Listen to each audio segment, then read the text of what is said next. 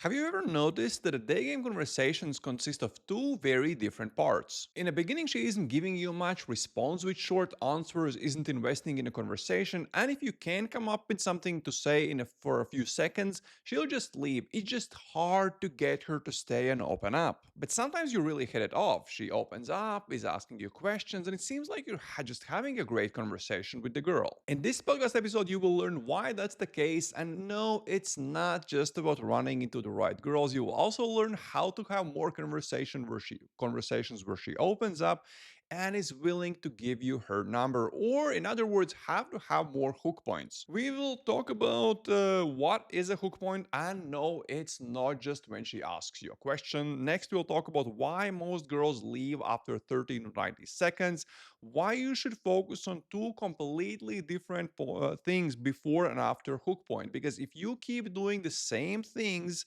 that got you to the hook point after hook point, you will get numbers, but they will flake.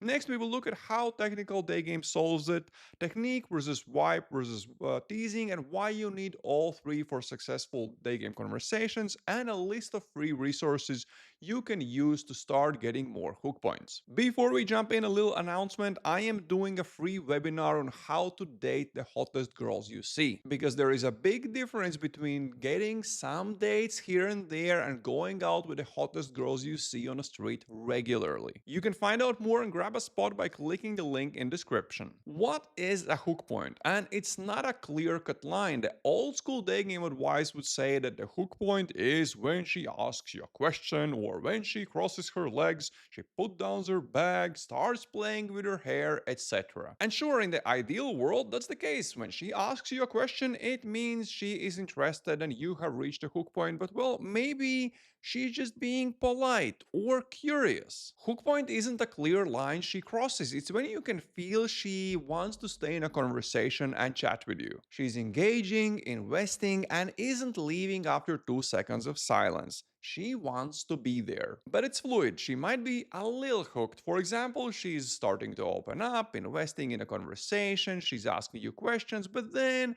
as soon as there are a few seconds of silence, she says she has to go. Or she might be really hooked. She puts down her shopping bags, invests in a conversation, asks you questions, and if there are a few awkward seconds of silence, she breaks them by asking you a question. But it can also change. I was recently coaching a very observant day game student, a 57-year-old guy who used to have approach anxiety so strong he couldn't do a single day game stop. Now he's been on a bunch of day game dates, and I noticed that he's very observant. He's very good at noticing small details in girls' behaviors while I was coaching him. He noticed not only when a girl was hooked by saying, for example, oh yeah, then I was running the perfect structure and she became really interested. She even put down her shopping bags, everything was great. But he also noticed that when he messed up, for example, he said, and then I messed up the technique, everything was bad, and I saw her picking up her shopping bags. So just as you can reach a strong hook point, you can also lose it when you mess up deeper in a conversation. Why most girls leave after 30 to 90 seconds? You might have noticed that if you do a good day game stop and a good opener, some girls will give you around 1 minute, and then if you're running a really smooth conversation, they will stay longer, but oftentimes as soon as they see that it's not that interesting, they leave. To understand why that happens, you have to understand a bit more about attraction, specifically attraction bar. Imagine a vertical bar that shows the level of attraction girl has towards you, with 1 at the bottom, 10 at the top. When you do a good day game stop, a good day game opener, that might bump up the attraction to around 3 out of 10. And that 3 out of 10 means she will give you around 1 minute to see if she actually wants to chat with you. Within that 1 minute, you have to do everything you can to bump that attraction even higher. You bump it to 4, you bump it to 5 by teasing, storytelling, having an interesting conversation. If you eventually bump it up to around 8 out of 10, that's where you reach hook point. But if within that 1 minute, the attraction level stays the same, or you say something boring, something a little dumb, but that attraction level dips even a little bit, She will say she has to go, and that will be the end of it. And I've created a lot of content where I teach you how you can increase that level of attraction in the beginning of the conversation. I'll give you a full list at the end of the podcast episode. Daygame sets are very different before and after hook point. If you're getting some numbers but they are flaking, it's very possible that you are doing after the hook point the same things that got you to the hook point eventually, and that doesn't work. Before and after hook point, those are two very different worlds. Now imagine two vertical bars, attraction bar and comfort bar. The attraction bar shows the level of attraction she has towards you from 1 at the bottom to 10 at the top. Whereas the comfort bar, shows how comfortable is she in a conversation with you from 1 at the bottom to 10 at the top. Previously, we talked that to get to the hook point, you need to increase the attraction to around 8 out of 10 by teasing, storytelling, and just having an interesting conversation. But if after you reach the hook point, you keep doing the same things, you keep teasing, you keep having this high energy conversation, eventually she will ask, is this guy even able to have a normal conversation, or is he just a crazy monkey jumping around? This is where the comfort part of the set comes in. Once you get to that 8 out of 10 in the attraction bar, once you reach the hook point, you have to switch your modes. You have to stop teasing, stop doing crazy stories, lower the energy of the set, and start having a normal conversation where you're getting to know each other. You just find out a few things about her and chat about them. You make sure she knows a few things about you and chat about them. And slowly, as you're getting to know each other, now the comfort bar is increasing. And then at the end of the conversation, you want both of them to be at least around 8 out of 10, where you can feel that, okay, she really likes you, but she also feels like you know each other. High attraction gets you numbers. High comfort makes her go home and think, okay, I met this fun, interesting dude, but I also know him a little bit. Both of those things combined means you're getting dates. This doesn't mean that after the hook point you should become absolutely boring. You still have to pay attention to what's happening with the attraction levels. Is she still engaged? And if necessary, you can spike with a tease here or there, also deeper in a conversation. Not just can, but you should be doing that once in a while. How technical day game gets you more hook points. If you're able to have interesting conversations that make it easy for the girl to open up and invest in a conversation, you will reach more hook points. It's simple as that. But most people don't know how to do that. They just keep rambling, blah, blah, blah, blah. It feels like you're keeping the conversation going, but you're just having American small talk. Everything you say before the hook point should increase attraction. For example, teasing, and make it very easy for her to open up and invest in a conversation. For example, picking the right conversation topics and making sure that whatever you say makes it very easy for her to go, for a girl to open up and invest in a conversation. It should be so easy that investing in a conversation would be the default autopilot thing. Anyone would respond to what you just said. And on top of that, you should feel relaxed and upbeat while doing this, not stumbling and looking for words when you clearly don't know what to say next. It's the difference between when you find out she's a lawyer and you say, oh no, that's so interesting. Wow, so cool. How do you like to be a lawyer? Oh, what type of a lawyer are you? And doing an interesting story about lawyers that makes it really easy for her to open up. For example, I actually have a bunch of lawyer friends, and when talking with them, I realized that it's crazy how hard you guys have to study, because unless you have a master's degree, you're basically making copies for everyone else in the office. And when you finally start working in the field, it's so competitive that you have to work crazy hours if you want to work in the top companies. But once I went out with my lawyer friends, and the evening started very nice and calm in the tapas bar, but it ended at like 4 a.m. with people getting absolutely drunk and dancing on the tables. I can't go out with you guys. This must be you working super hard during the day, but you know how to have fun on the weekend. With that story, she can respond first thing you said, that she has to study so hard because unless she has a master's degree, she will be making copies for everyone else in her office. She can respond to the second thing where you're talking about how it's such a competitive industry, or she can respond to the party topic. And if she doesn't, you still say at the end that this must be you. You're doing this during the week and this during the weekend. It is very easy and automatically it's very easy to respond to this, and that's what people will automatically do. So this is the difference between just stumbling and looking for words and having a nice, good, polished story. But it's easier said than done, and this is where structured technical day game comes in. Structured day game isn't about using some magical phrases that will make the girl like you. There are no secret techniques. But if you know what to say in all situations that can happen until you reach the hook point, well, guess what? You won't be doing interesting. Wow. You'll be smooth and confident because you don't have to think and come up with new things to say. You already know what to say in all situations. It's like one big mind map where imagine that right now maybe you're starting today game and you know what to do in maybe 2% of all the situations that can happen, right?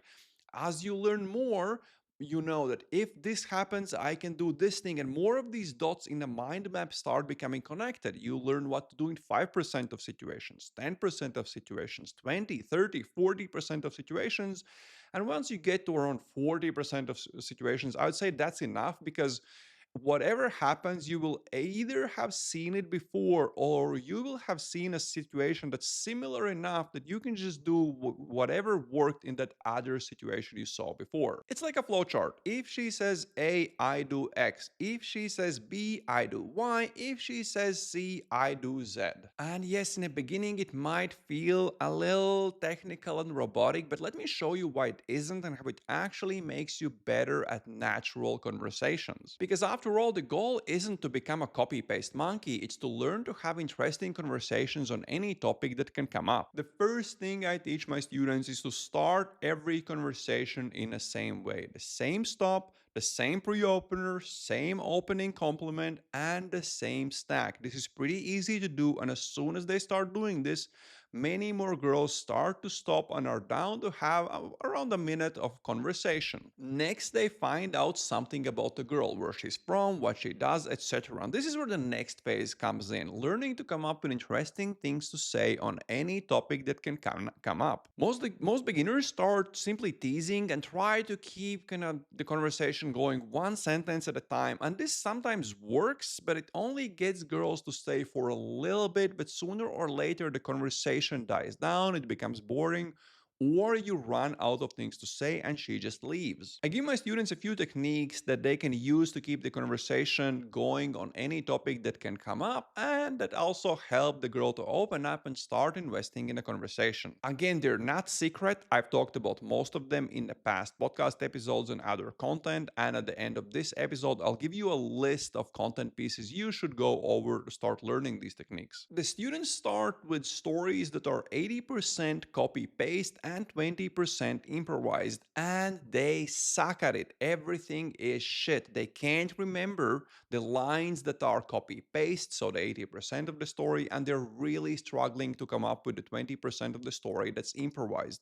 Nothing works in the beginning. Their conversations actually become worse. When I teach these techniques, I warn them that when you start using them, everything will be a big mess. Your conversations will actually become worse. But once it starts to click, once you're able to deliver a simple story that's 80% copy paste, things will start to come back together, but at a much higher level. Not only that, but once they're able to do a story that's 80% copy paste, they can slowly add more and more improvisation. And soon enough, they can start having conversations where the structure is just a loose scaffolding and most of the stories are built around their real personality.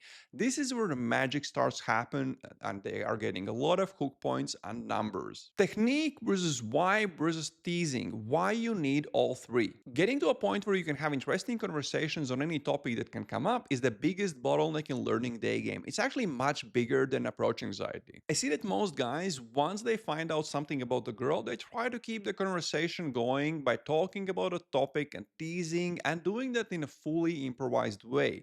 And some of them succeed, but that's a relatively small percentage, and most of the guys who succeed are simply good-looking social butterflies. Majority just sound weird when they're doing this. They're running out of things to say, ask boring questions, etc. There is also the idea that the most important thing in day game is having a good vibe, but just having a good vibe isn't enough if you don't know how to tease and have an interesting conversation. And knowing what exactly to say, that is, using structured approach to day game, isn't enough if your vibe is shit and you're not able to tease. You need all three: the ability to tease, good vibe, and know exactly what to say in all parts of the conversation. And the best way to learn this is you start with techniques so you know what to say in all situations that can happen before the hook point. Next, once you're good at technical day game, you become much more relaxed and you can have a bit more freedom and gonna just have fun in your sets. This is where your vibe becomes much better. Once you have the technique and the vibe and you're so relaxed, you can start removing more and more kind of structure, have your stories become more and more improvised, and add more and more teasing.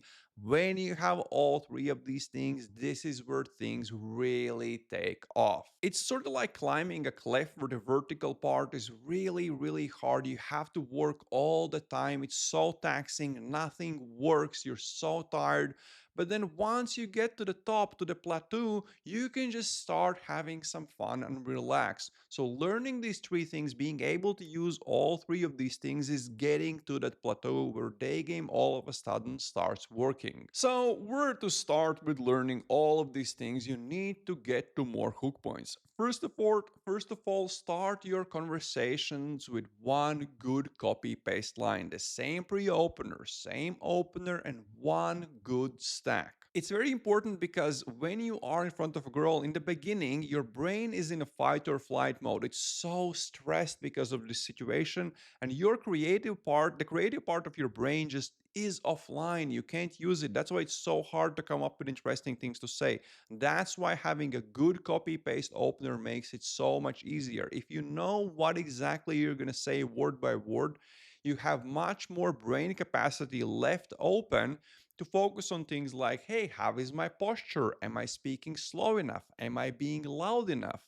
How is my kind of delivery in general? You can learn how to do this in the first module of the structured natural approach video series, where I teach all the structure of a day game set from a good stop to number closing, and you can get access to this course completely for free on daygamecourses.com. Again, watch module 1, how to start the conversation. Next, once you're able to do that, you will start finding out something about the girl. Where is she from? What does she do? What is she up to? Etc. This is where storytelling comes in. That's the hard part of day game, knowing how to talk about any topic that can come up.